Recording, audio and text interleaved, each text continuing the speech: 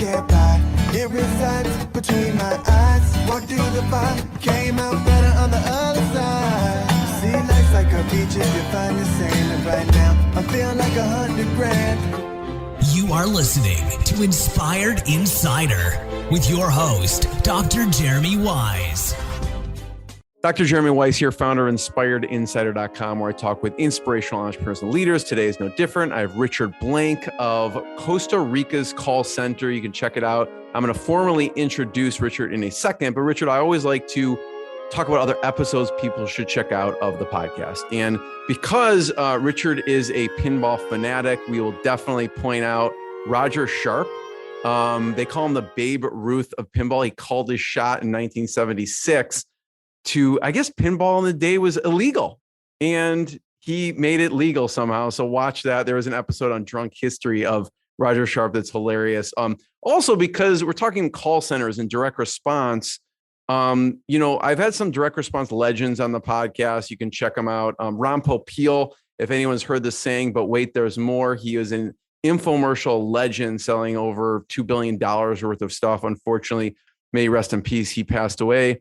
But check that episode out. He was fantastic. And Rick Cesari as well was a great episode. Direct response. He helped Sonicare Toothbrush and George Foreman Grill with their infomercials and Juice Man Juicer and so many other legendary companies. So check that episode out as well. This episode is brought to you by Rise 25. And at Rise 25, we help businesses give to and connect to their Dream 100 relationships.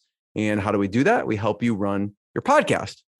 For me, Richard, the number one thing in my life is relationships. I'm always looking at ways to give to my best relationships. And I found no better way to do that than to profile the people and companies I most admire over the past decade and have them on and shout from the rooftops what they're working on, what they're doing. So if you've thought about podcasting, you should. If you have questions, go to rise25.com or email us at support@rise25.com. And Richard Blank is a CEO of Costa Rica's call center. His journey in the call center space is filled with a lot of twists and turns. And I know, Richard, for you, when you were 27 years old, you relocated to Costa Rica and you started training employees for one of the larger call centers in San Jose. You've shared your knowledge and trained over 10,000 bilingual telemarketers. And I know people can check out Costa Rica's callcenter.com, where they have a variety of services we're going to dig into, like customer care, telesales, lead generation, appointment setting, and much more. And Richard, thanks for joining me. So happy to be here today, Jeremy. Thank you so much for having me as a guest on the podcast. I'm excited because there's so much stuff. We're going to talk about gamification of culture, expat moving there, some of the challenges of call centers, training, soft skills. But I wanted to start off with people have misconceptions of call centers, right? They picture it's just like a churn and burn calling people. What are some of the misconceptions that you come across in the call center space? Well, the first thing is, my friend, they say that I call them during dinner, and we don't have any campaigns that do that. But it's pretty much what you've seen in Hollywood, from Glengarry, Glen Ross, Boiler Room, and of course, The Wolf of Wall Street.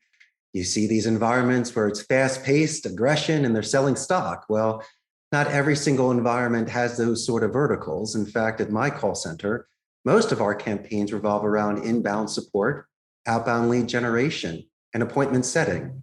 So there's a certain level of assertiveness, not aggressiveness, in regards to the campaigns that we accept and work with at the center. Who's not a fit? I know when we were talking before we hit record here, there's certain types of companies or campaigns that are just not a fit at all. It comes in many shapes and sizes. The first thing is price over merit. If they expect a Costa Rican agent to work for offshore prices in Philippines and India, what would happen is no one would accept that offer and I couldn't be able to scale and fill that campaign. Secondly, a lot of my potential clients may not understand the Costa Rican labor laws. So there are certain expectations in the United States that we just cannot fulfill here. And then thirdly, once again, it revolves around a company culture. I do agree in motivation. I grew up in Philadelphia, so I can take a punch.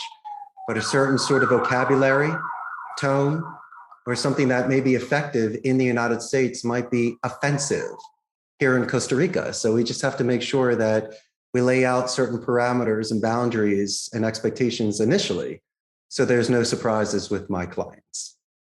What about from a service perspective? People calling, maybe they're a fit from a company perspective, the type of company you serve, but they're looking for a different type of service. What are the service type of services that maybe people are expecting that you tell them we don't really do that here? Well, a lot of it has to depend on their workforce. I mean, if somebody in their office is starting out as just a one-man show, I can scale for them. A lot of the times people need to offset certain work or to be able to, once again, give a certain sort of a company a chance to be able to compare apples to their metrics at home office. But we offer all different types of services. As I mentioned before, inbound and outbound support. My difference is the infrastructure. I do have redundancy in regards to our internet. We do have backup electricity with generators, and also have immediate IT support.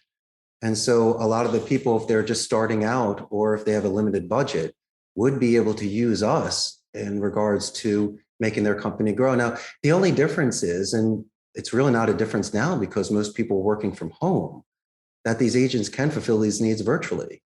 What I try to do is to extend all of my resources, my experience in regards to script writing, rebuttals, a quality assurance department. I'd like to see if we could find some consistency with the client to be able to find areas of improvement. And so a lot of it, my friend, is just an investment in a process. And sometimes the client just gives me a plug and play operation where they already have things in place, which makes it very easy for me. And then on the flip side, it is my pleasure to be able to build a custom-made campaign for my clients.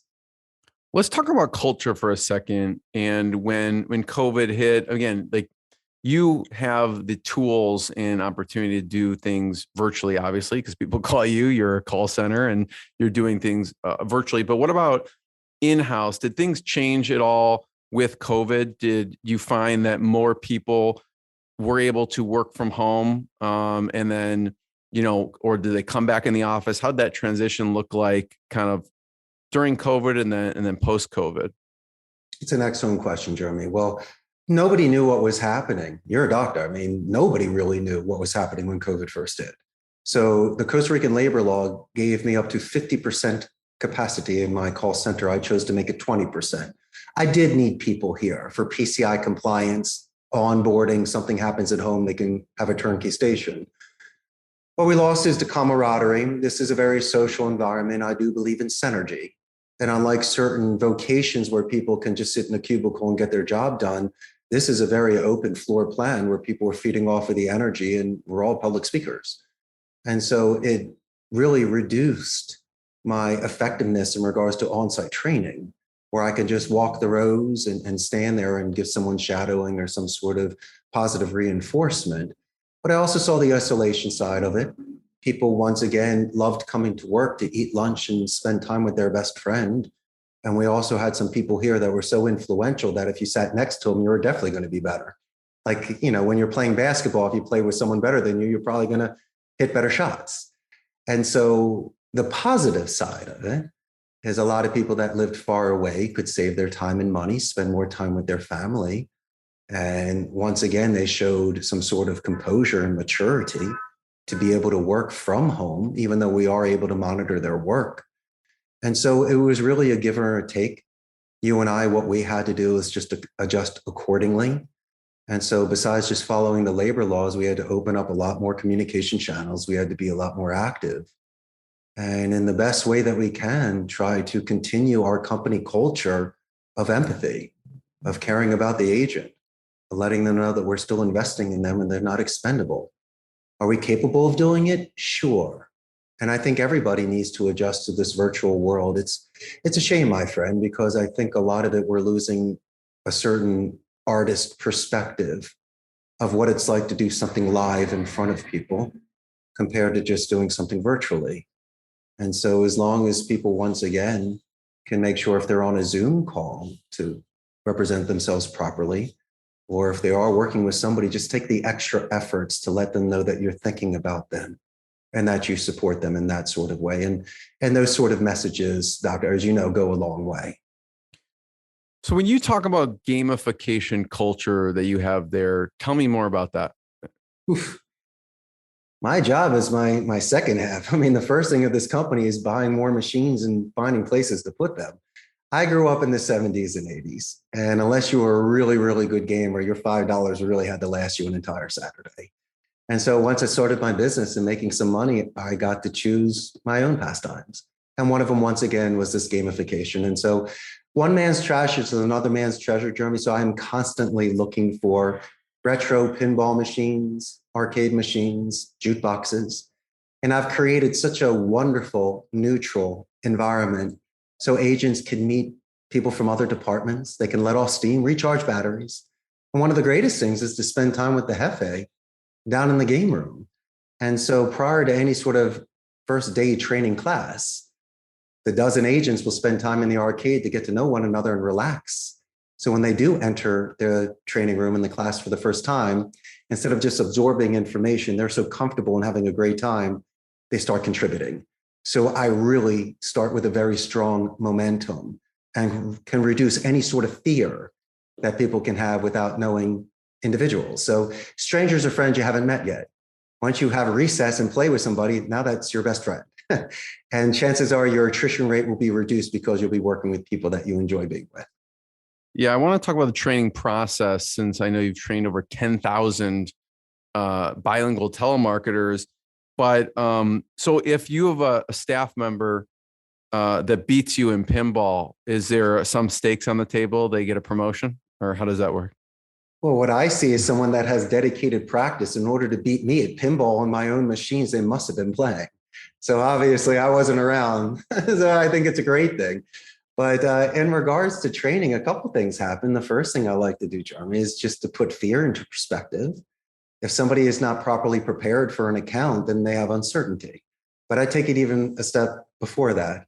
Somebody that walks into my call center is bilingual, which to me bears the mark of higher education. It really shows structure and discipline.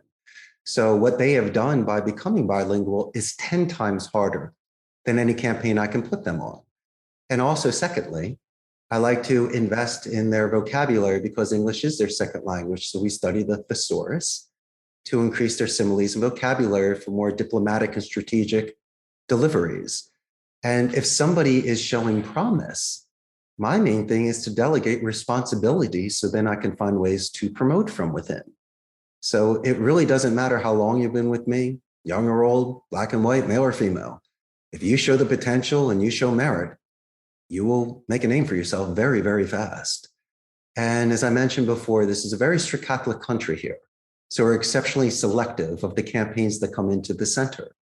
So once again, I have to be able to fulfill the need of the agent so they can go home and tell their parents what they do for a living. Because we compete against Amazon, HP, Intel, and Oracle. We're a hotbed for BPO processing in nearshore. And so what I have to do, besides give them their dignity, I also have to make sure that their work environment is something to where they can recharge their batteries and be able to confront any sort of issues that they may have outside of the office currently that could potentially be affecting the work inside the office.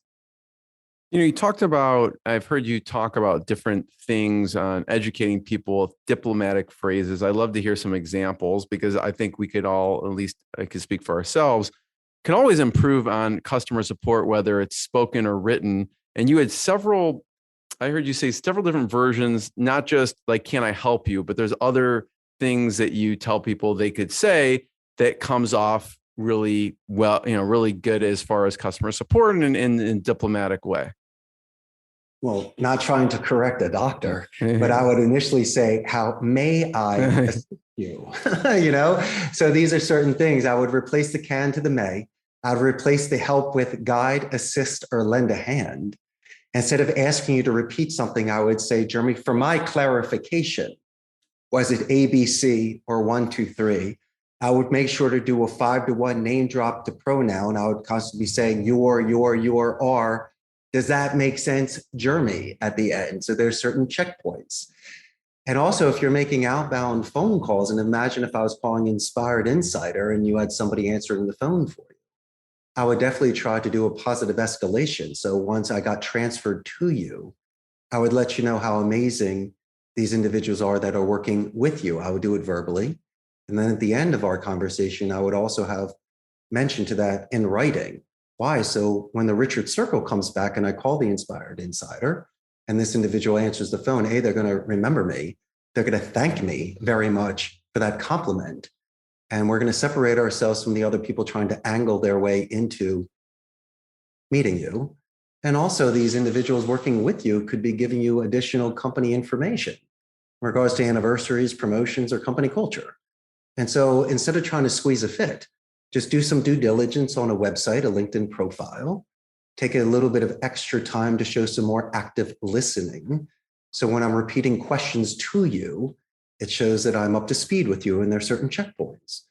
And so a lot of the times with my agents, they might come into the center with bad habits, Jeremy.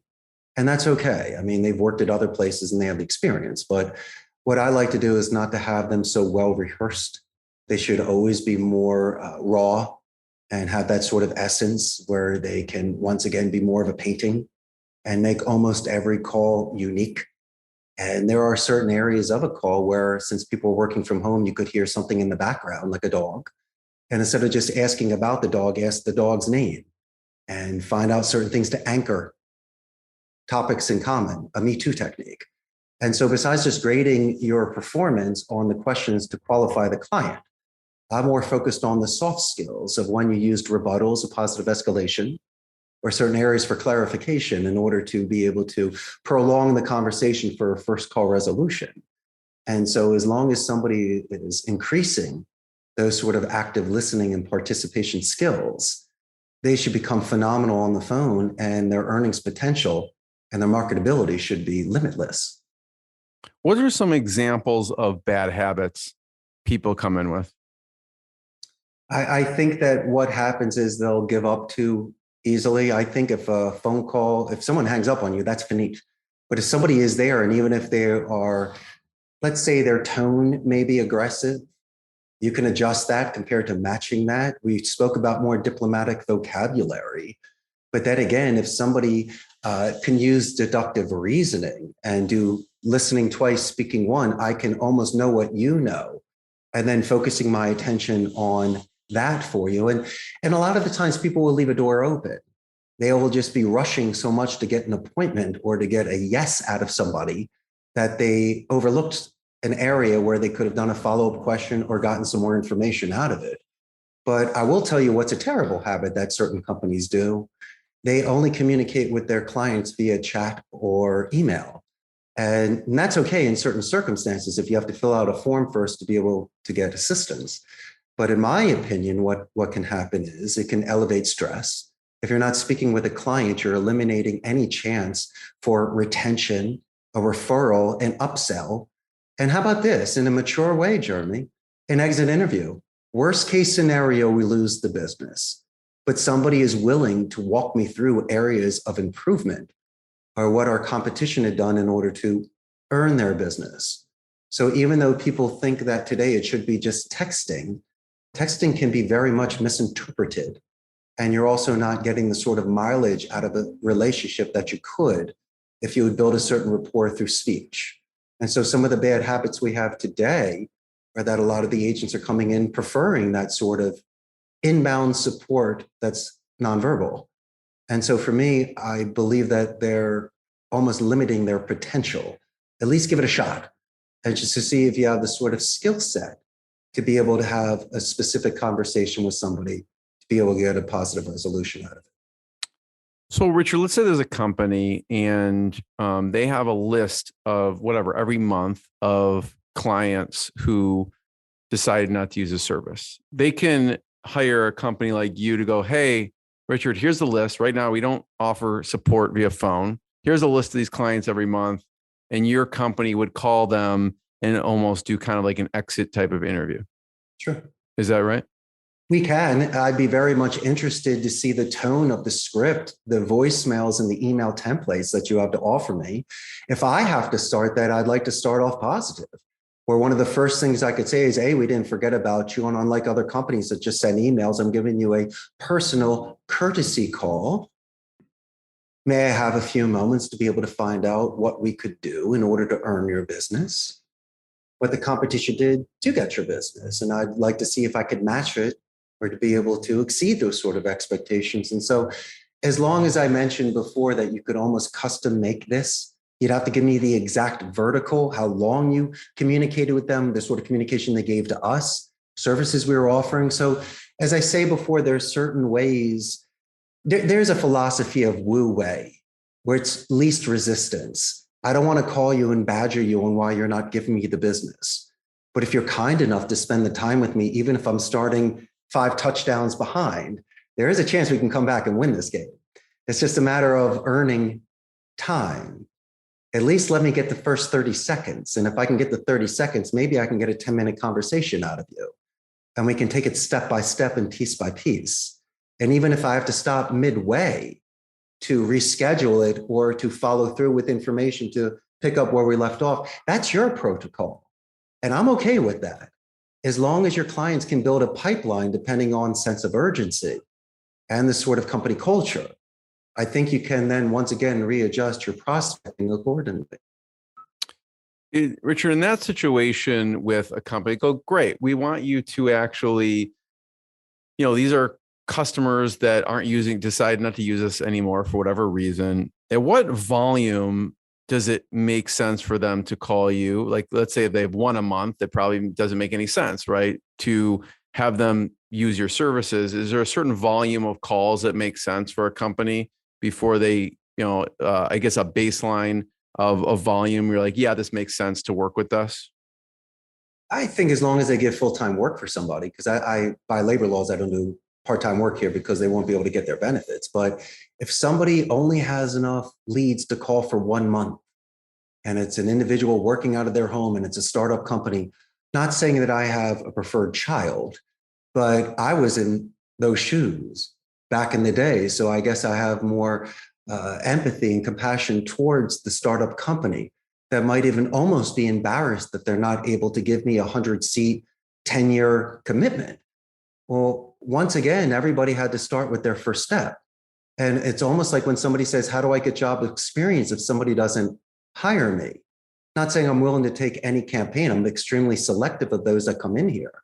But if they make their case, and if they're willing to, invest in a process, and there's no surprises, and we can share resources, it's my pleasure to see what happens. I mean, Pete Rose should have been in the Hall of Fame for singles. It's still okay. And 100 singles opens up to a huge 100-seat account. And so, as I mentioned before, a little at a time equals a lot in the end.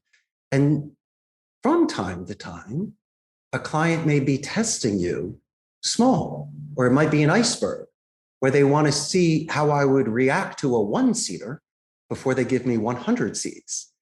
And for me, as I mentioned before, everybody gets the same red carpet treatment and everybody gets the same sort of attention. And I would love to earn their business. And so I have had certain clients, as you were mentioning, test me on a certain volume just to see what my reactions are. And I've earned that business. And so anybody out there, you should be extremely appreciative of anybody that walks into your door that orders 1 slice to 20 pies. You just never know, because the 20 pie guy is a one and a done. The 1 slicer could be there for the next 20 years. And so, as I mentioned before, I believe in good faith and stars being aligned in energy. And if somebody has that sort of interest to contact me, it's my obligation to be able to share ideas with them. So on an educated point of view, Jeremy, they can make a decision and move forward with me. Richard, you mentioned that from an outbound perspective, there's different kind of parts to the call. So I'd love for you to break that down, especially the opening part, because you've mentioned before, if you don't get past that, it doesn't matter what you have planned for the rest of the call. That's a great point. Well, every conversation has an introduction, a body, and a conclusion. You can't land that intro, there is no body and conclusion. Doctor, I also believe that every conversation and attention span is 30 seconds to 2 minutes. Okay. And so when we're touching base with somebody, there is a give and a take. Initially, before that positive escalation for the assistant that's answering calls for your company, what I love to do is a company name spike. I'm not anonymous for the entire phone call, but the first thing that comes out of my mouth is the name of your company, how your company is doing, before I even introduce myself. So I'll say it better than somebody that answers the phone at your company. And then from there, a lot of the times they'll be asking me questions. And what I have here is a certain technique. It's called the buffer boomerang technique. Hypothetically, Jeremy, if somebody is answering with a negative tone, there's a way to be able to buffer that negative tone, do a name drop, let them know that's an excellent question, repeat the question to show active listening, and then boomerang it back as a +2. And so initially somebody could ask what my name is. And I would say, Jeremy, that's an excellent question. My name is Richard Blank, as an example. And so what happens is you're able to show the active listening, readjust the tone of a call. But then in the middle of a call, there is something that I like to consider phonetic micro expression reading. And what I have here is an actual chart. It's very simple. You're focusing on phonetics, which is your tone, rate, pitch, and duration. Your tone should be the consistent variable of empathy and confidence. There's a mirror imaging technique, but I believe that should be done every 30 seconds to 2 minutes with your rate of speech and your pitch, your speaking level. Now, I need to match you in this. And it's because if you do a spike or a dip, that's usually when I ask a tie down or a pin down question, if it makes sense or sounds good. And then also when people are on the phone and they're explaining their services, a lot of times they'll do desert pitching, Jeremy, well, they'll just talk without any sort of oasis for drinking and resting. And so what I like to do is to give my list, pause in between each one like a dessert tray to see if there's a reaction. At the end, say in a brazen way, I'm sure you like at least one, so I can break the sort of questions that I have. And then gauge sort of positive or negative reinforcements in these conversations. Once you see it, you can't unsee it. After 3 weeks, it becomes practice. I believe in a 5-to-1 name drop to pronoun, where in every sentence you're either saying are or your, and then usually use a name drop for the tie down question. And then at the end, you can also rake one last time by saying, listen, since you have me on the phone today, Jeremy, are there any other additional questions that you have? Usually you might mention something else after I repeat the list. I repeat information in military alphabet because instead of concluding the call, there's a very good chance we could be talking about how proud we are of the military and those that have served. And then, as I mentioned before, giving you a positive written escalation in regards to those that are working with you. And so these are things that I believe won't compromise ethics, values, or morals. Naturally, I'm skimming over this quickly, but there are certain things as expression reading.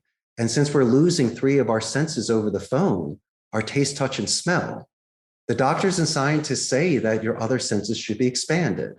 Besides your active listening, I believe in image streaming, where they say that books are better than movies. And there's no reason why your imagination, your adjectives, and your descriptions could be incredible. It could be illuminating. It could really put some insight in where you're going on some of these phone calls. And so, as I mentioned before, as long as you become animated, engaged, and you are this individual's biggest fan, and you really take in the information and energy that they're giving with you, you'll find your job very fulfilling. It's because most people today see a telemarketing job as transitional, or they look down upon it. But there is a ton of people that make and receive phone calls for every type of business. And some of the greatest people that you could speak with in the world do show this empathy, because I'll share an example with you. I have a law firm account here, and we have intake coordinators for, it's a disability and wrongful termination. And so what happens is, and you being a doctor as well, you might be meeting people when they're most vulnerable and having the worst day of their life. And so if you are capable of having somebody calm down, find their focus, and move forward with you, you could be one of the greatest individuals there when they needed you the most. And so a lot of my agents, they can earn a living so many different ways, but if they can get this sort of fulfillment by knowing that success is built on a million thank yous, and that they get all these positive written escalations to our company about how great they're doing, they know that they are on the right path, and that once again, their karma is going to kick in. And that if they do leave this company, and I am the last boss that they ever have, they will be prepared to build an incredible organization. I love the law firm example, Richard. I'd love for you to talk about, I know you do lead generation for industrial real estate, and I'd love for you to walk us through what that looks like. It's changed a bunch because a lot of the times people are working from home, or it's just going through an answering service or just sending in emails. And so Our call to contact ratio dropped considerably. And so what we're doing right now is, as I mentioned, spending a little more time on LinkedIn and company websites to custom make emails and voicemails for people. Now, as I mentioned before, our efforts are bringing a little bit less of a return because of the lack of contact ratio verbally. But I have seen this when people do custom make an email or leave an incredible voicemail. For an example, if you sent me an email and mentioned my pinball machines, you'll get my attention. It's almost yours to lose. And so a lot of people have thanked us for taking the extra efforts to research their company or to complement a promotion. And so what we had to do was just adjust accordingly in regards to that aspect after COVID. So it's kind of like, just as far as a quality over quantity, I mean, the quality interactions over, yeah, we can go ahead and call 1,000 people, but maybe we research and call 200 people and have a closer connection. It's more targeted. I would prefer you do the 1,000, but instead of doing 150 calls a day, I'd rather you do about $120. And so give about 30 seconds per person. So you don't have to reduce it that much, because you need to have a certain sort of momentum. You need to have a certain sort of metric there to get a certain return. So maybe only doing 20% might not be good enough because you were working before at 100%. But I could reduce it to about an 85% and use that 15%, as you were mentioning, to make it custom made. And that could potentially offset any sort of, latency that you might have in regards to the phone calls. But I always believed in a quality phone call. And I don't want somebody, it's almost like a painter. When you're commissioned compared to doing it on your own, you might have a different sort of way to create that work. And so I just don't want somebody on the clock. I don't want them to be on the phone for 5 hours. If it happens, so be it. It'll be an amazing phone call. But they should never rush the middle or the ending of the call, or when they're getting a referral, or if they're talking about a company's promotion, because that, my friend, is where I give the most points when I'm grading their calls, not that they go through the motions, to see if they had that breakthrough with that individual. So when we're taking notes and putting in the system and have to call them back, they're going to compliment us on our note-taking skills because they're so detailed. And we've taken the time, unlike other people, to remember certain facts about them, that when they take our offer into consideration, they realize how we work prior to any sort of contact. So talk about, the integrated approach as far as, when you do the outbound calls, will you also do emails and texts as well? Or is the company handling those things and you're following up with the call? It really all depends. A lot of the times we're logging into their system, so something is automated. Or if they're not doing it, I would make a suggestion to do it just to make sure it's not too labor intensive. But then again, I just don't want them clicking an email template and just sending it to you, calling you sir. I mean, that's nothing special. You're probably not going to look at it. It's like almost like junk mail, and you're going to throw it away. And so if I could have some takeaways, as I mentioned, either on a phone call, a positive escalation where if I didn't even speak with you, but I spoke with your coworkers, I could almost once again separate myself, and instead of doing half court, not even 3-point, now you and I are looking at foul shot percentages. I'll never give you 100% slam dunk. I mean, nothing is 100%. There's not even straight lines in nature. But what we can also do is just increase our percentages by doing things that are not too aggressive or misleading. We're just once again trying to separate ourselves from others that are trying to earn your business. From an inbound perspective. So that was outbound. From inbound perspective, talk about some of the things that you do in the movie and music space. Well, this is a wonderful demographic. It's a 55 plus female. So they get like almost a phone book size book of movies and music that they get to go through every year. And this company is actually out of Chicago. They're an incredible company. We've had them for over a decade. And what's beautiful about this account is that these are existing clients and they already know. So we call, once again, their contact information so we can get into their account. But when they're explaining the sort of movies that they like and the music, most of the agents here are so young that they've never seen a Humphrey Bogart movie before, or they don't know who John Wayne is, or even Elvis Presley's Aloha Special. And so the agents, little by little, when they'll go home at night, they'll YouTube some of this stuff and get to know it.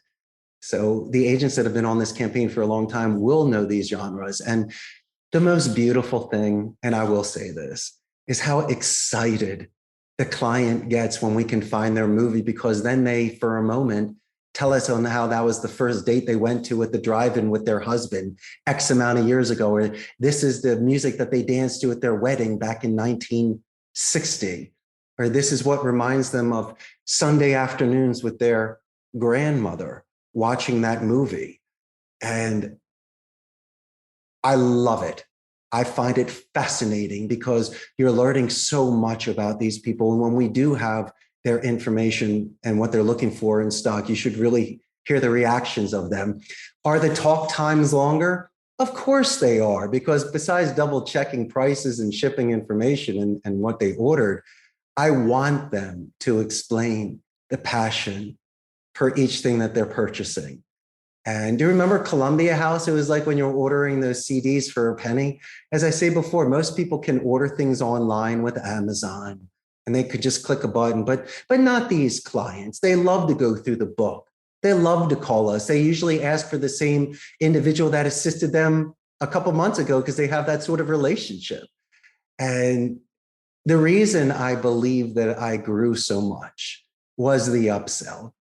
When we were on the phone with them, you might hear, as I mentioned in this, I have a funny story. They were ordering Elvis Presley, and we heard dogs barking in the background. So the agent mentioned the dog. And then this client loves dogs. So we had this Beethoven special of like 6 movies that you could just include without the shipping. And we just told them about it. And this individual loved her grandchildren, loved dogs, and realized the Beethoven movie pack was perfect for her. And so how did Elvis Presley go to Beethoven? Just as easy as anything else. There's 1,000 topics to talk about in regards to movies and music.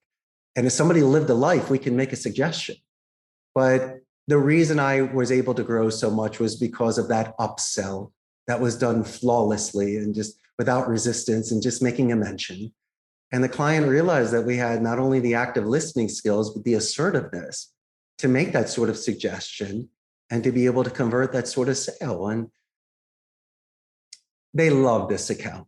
And the attrition on this account is next to nothing. And some of my oldest supervisors that have been with me over a decade are managing this account.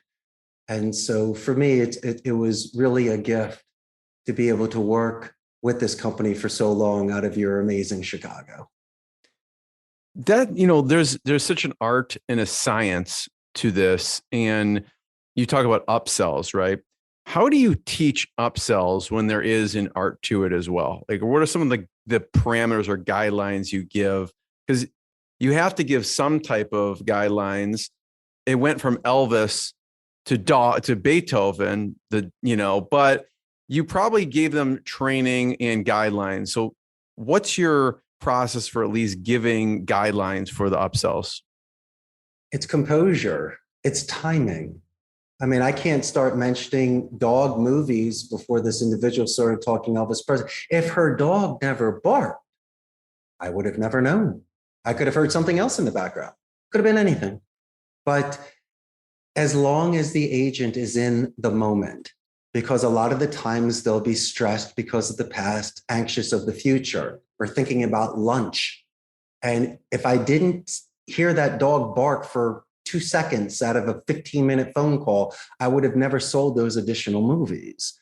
And so almost like a boxer, you need to be focused 100% when you're on that call. In between calls, on your break and lunch, zone out as much as you want, but you will be getting these sort of clues that are on these calls in regards to, and an upsell sometimes is not even offering additional stuff. An upsell could also be retention, because if I can keep you and get a referral, that's an upsell because we're getting business out of that. Or you'll be calling us back again to order a second time. I can consider that a client upsell in regards to fidelity. and loyalty. And so as long as they use their common sense, Jeremy, if they have the sort of manners that we were raised with our parents and grandparents, our amazing grandparents, then what we can do is we can relate with individuals in a natural way. And we have a huge menu, and all we have to do, and we don't have the time to go over every movie, but as long as you're not hanging up and you're excited and we just keep talking, we can make suggestions. And some of the best, as you want to say, salespeople are the ones that will let you know that it's not the right fit. You play basketball, not every shoe is perfect for you on the court. And so the greatest salesmen for sneakers will look at your size and the way that you play and make those sort of suggestions. And almost the takeaway is what adds to your credibility, because you're not just throwing everything at the wall to see what fits. When someone is not just a yes man, but can be almost a devil's advocate and explain why today or at this moment, this is not a perfect fit for you, that individual not only will come back in spades, but tell all their friends, hey, I finally got someone that calls the balls and the strikes and will tell me if my tie is not straight. And so I've earned so much of my business by being forthright with my clients. And as much as I'd like to earn their business, a lot of times by default, I'm not able to take the account because of one reason or another. But then again, when I am capable, we've established such trust before even working together that if any sort of complication or challenge comes up, it's nothing. We've already established that sort of working relationship where we can get through it together. And so upselling is not a forced fit, my friend. I'm not forcing a hand or telling you I only got 2 left and you got a minute to buy it. That's a one and a done. You'll have them one time. But if we're talking about long-term clients, these are the individuals that you need to walk with, not hit the ball and drag. Richard, I want to be the first one to thank you. Everyone should check out Costa Rica's callcenter.com to learn more and more episodes of the podcast. And Richard, thank you so much. Had the best time today. Thank you so much, Jeremy. What I got, you can't buy. It resides between my eyes. Walked through the fire, came out better on the other side. See, life's like a beach if you find the sailing right now. I'm feeling like 100 grand.